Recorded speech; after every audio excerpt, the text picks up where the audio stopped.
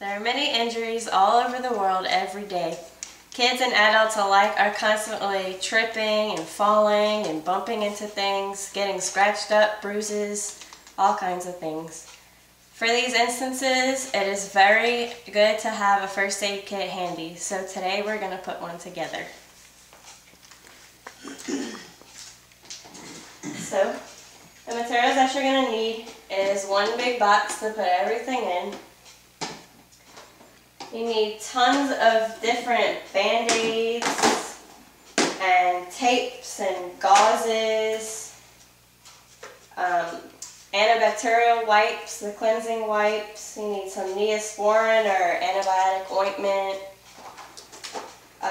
different types of medicines, Tylenol, Motrin, some Imodium for diarrhea.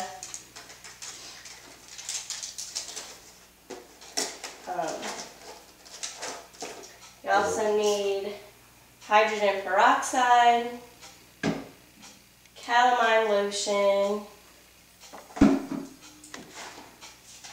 thermometers are good to have, hand sanitizer,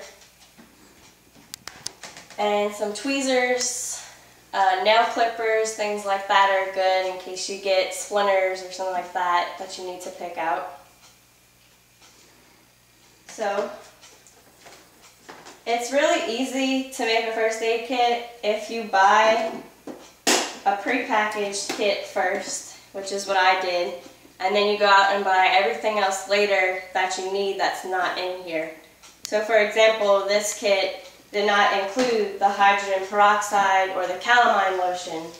So I bought the kit and then bought those separate because those are really important to have. So we're going to start putting everything into the box. So first I'm going to take this and just stick it in here. This has all of your band-aids, different size band-aids for any cuts, scratches, scrapes, brush burns, anything like that you have. You can use that. This has your chapstick. This has tape that you can use to tape up your wraps and bandages. It has gloves. It has the Neosporin antibiotic ointment so that you can use it on your cuts so that you don't get them infected. It has the antibacterial wipes so that you can wipe everything down, all your cuts, your hands, anything, so that you don't get infections. This has all the medicines that I showed you before, which are good to have. And it also has a pamphlet. You can write down all your emergency numbers on here. It also tells you what to do in case of certain kinds of injuries, like frostbite or a heat stroke. It tells you what you can do. So we will put this in here first. Next we have the hydrogen peroxide. This you use, you pour it over your cuts and you clean out all your cuts and scrapes, brush burns, so that they don't get infected. This is very, very useful to have. It's definitely helped a lot of my cuts out. Then we have some calamine lotion, which is used for itches. If you get, poison ivy or anything like that, anything that your skin is really itchy, it's really good to have the calamine lotion for. All of your first aid kits can be personalized, so I bought Toy Store Band-Aids. If your kids like a certain character, you can probably go and find the Band-Aids that they like. If you want something, then you can go find those kind of Band-Aids. You can even decorate your box, so all first aid kits can be personalized in some kind of way. You can decorate this and draw a picture, write your name, put anything you want on it. So it can be personalized to however you want to do it.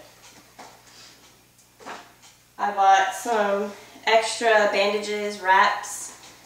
I didn't really see any in the first aid kit, so I thought it would be useful to have something like this extra to wrap up all your cuts. I bought some After Bite Itch Eraser. I thought this would be helpful for if you got ant bites or mosquito bites and you're really, really itching at it. You don't want to tear up your skin. So if you put this on, then it should take care of your itch for you so you stop scratching it. And then I bought the tape to put together, hold together all the bandages on your arms or your legs. That way they don't fall off. And if they get wet, then this should hold it on, because you can buy it in waterproof so that it stays on whenever you put it in the water. So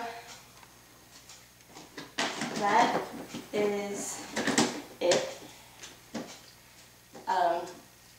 I mean, as you can see, it's very easy to make.